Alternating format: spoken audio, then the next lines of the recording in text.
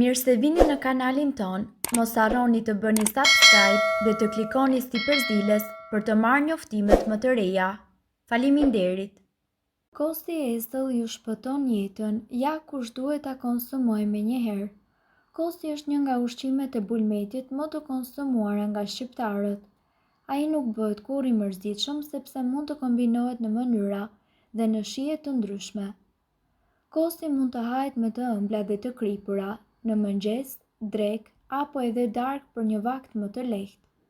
Kosti është i pasur me kalium, kalcium, magnez, vitaminë B2 dhe B12. Në këtë video ju do të mësoni më shumë për vlerat befasuese të ngrënies së kostit në mëngjes ose pas tij. Sistemi i tretës. Kosti përmirëson tretjen dhe konsumi ditor i tij, veçanërisht në mëngjes, mbron sistemin tretës nga toksina dhe bakteret. Ai qetëson sistemin e rënduar nga inflamacioni dhe dëmet të shkaktuara prej tij. Imuniteti. Kosti ka aftësinë që të mbrojë imunitetin dhe ta bëjë atë më të fortë. Imuniteti është më i fortë sepse kosti përmban minerale të dobishme si zinku, magnezi dhe seleniumi. Tensioni i lartë i gjakut. Sipas të dhënave, kaliumi i cili gjendet tek kosti ndihmon në eliminimin e kripës së tepërt nga organizmi. Në këtë mënyrë kosti ndihmon në uljen e tensionit të gjakut dhe shëndetin e zemrës. Infeksionet. Kosti është veçanërisht një aleat i grave sepse ai parandalon mykun dhe njëkohësisht infeksionet. Kosti përmban laktobakile, baktere të cilat frenojnë rritjen e infeksioneve. Kockat. Një filxhan me kos përmban 275 mg kalcium. Për këtë arsye, nëse e konsumoni që në mëngjes, u keni dhënë kockave forcën e duhur. Bakteret e këqija.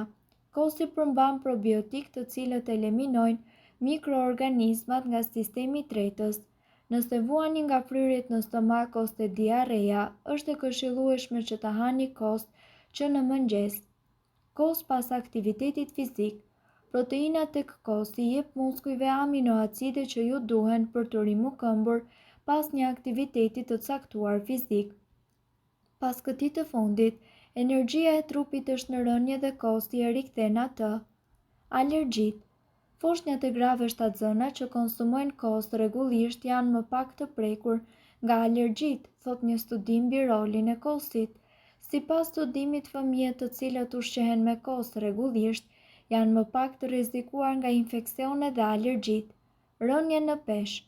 Kosti përmban pak kalori, për më tepër fal konsumit të tij, qelizat e yndyrës prodhojnë më pak kortizol, gjë që e nxit organizmin të humbas më shumë kilogram. Kaviteti.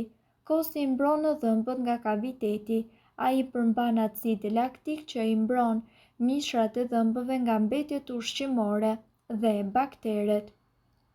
Gjithashtu, sipas informacioneve, kosti është ideal edhe për të kufizuar kalorit. Ai shuan urinë dhe nepsin për ushqime të ëmbla.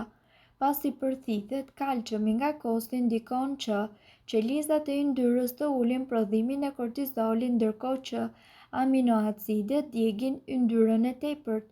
Rekomandimet gjithnjë vlen për kostin me pak yndyrë. Skuqjet e lëkurës tek bebet. Ky ushqim është ideal për lëkurën e ndjeshme të bebeve. Atë mund ta përdorni për të trajtuar skuqjet në lëkurë të cilat janë të shkaktuara pikërisht nga pelenat. Ndërkohë, përmban edhe vitamina. Kosti përmban gjithashtu fosfor, kalium, jod, zink, vitaminë B5 dhe B12. Kjo e fundit është një vitaminë shumë e rëndësishme për rruazat e kuqe të gjakut për sistemin tuaj nervor. E ftohura. Kur imuniteti juaj është i fortë, ai do të mund të mposhtë viruset ose bakteret.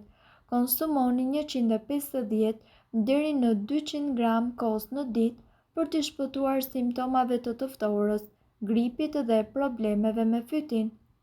Ky produkt përgjysmon shanset e shfaqjes së këtyre sëmundjeve.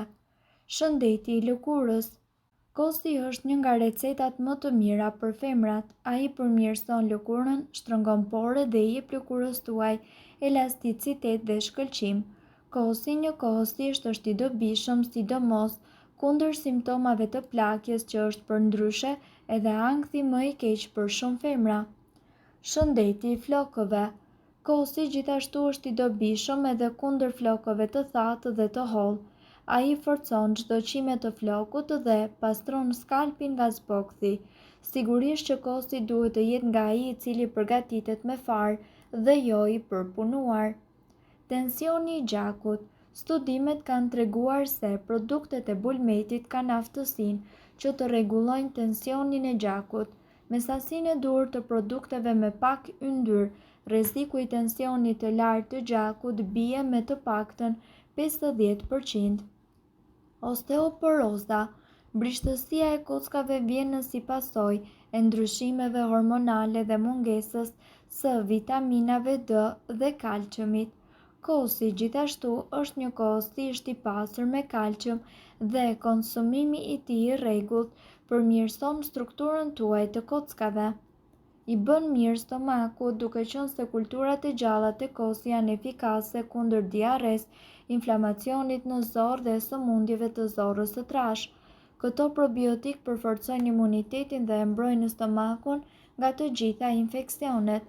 Ndërkohë, këtu ne do t'ju tregojmë se si ta përdorni kosin për pastrimin rrënjësor të lëkurës tuaj.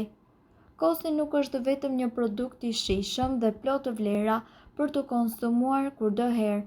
Janë pikërisht këto vlera të cilat e përmirësojnë edhe shëndetin e lëkurës në qoftë se ju do ta përdorni atë si një maskë, pa nevojën për t'i shtuar as edhe një përbërës tjetër.